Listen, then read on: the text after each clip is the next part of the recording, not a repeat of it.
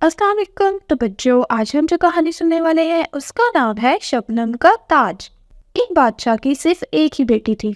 वो बहुत जिद्दी थी। एक दिन सुबह वो बाग में टहलने के लिए गई तो उसने फूलों के पत्तों पर शबनम के कतरे चमकते हुए देखे। शबनम के ये कतरे उन हीरो से ज्यादा चमकदार और खूबसूरत थे जो शहजादी के पास थे। शहजादी सीधा महल में वापस आई और बादशाह से कहने लगी, मुझे शबनम का एक ताज बनवा दीजिए। जब तक मुझे ताज नहीं मिलेगा मैं ना कुछ खाऊंगी और न पीऊंगी। ये कहकर शहजादी ने अपना कमरा बंद कर लिया और चादर ओढ़कर पलंग पर लेट गई।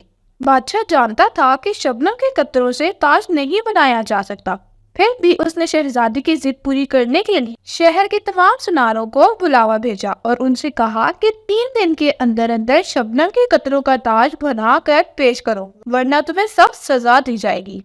बेचारे सुनार हैरान परेशान कि शबनम का ताज किस तरह बनाए। इन सुनारों में एक बूढ़ा सुनार बहुत अक्लमंद था। सोचते सोचते उसके दिमाग में एक तरकीब आई और दूसरे दिन सुबह को महल के दरवाजे पर आ गया और सिपाहियों से कहा कि वो शहजादी का ताज बनाने आया है। सिपाही उसे शहजादी के पास ले गए। बूढ़े सुनार ने शहजादी को झुककर सलाम किया और बोला, हजूर, मैं आपका ताज बनाने के लिए आया हूँ, लेकिन मेरी एक छोटी सी दरख्वास्त है। शहजादी ने कहा, कहो, क्या कहना चाहते हो? सुनार बोला, आप बाग में चलकर मुझे शबनम के वो कतरे दे दीजिए जिनका आप ताज बनवाना चाहती हैं। शहजादी सुनार के साथ बाग में गई। फूलों और पत्तों पर शबनम के कतरे जगमगा रहे थे, लेकिन शहजादी ने जिस कतरे को भी छुआ वो उसकी उंगलियों पर पानी बनकर बह गया।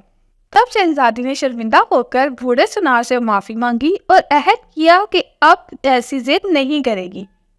तो बच्चों, आज की कहानी से हमें ये सबक मिलता है कि हमें बेवजह जिद नहीं करनी चाहिए। उम्मीद है आज की कहानी आपको पसंद आई होगी। मिलते हैं नेक्स्ट वीडियो में, तब तक के लिए अल्लाह हाफिज।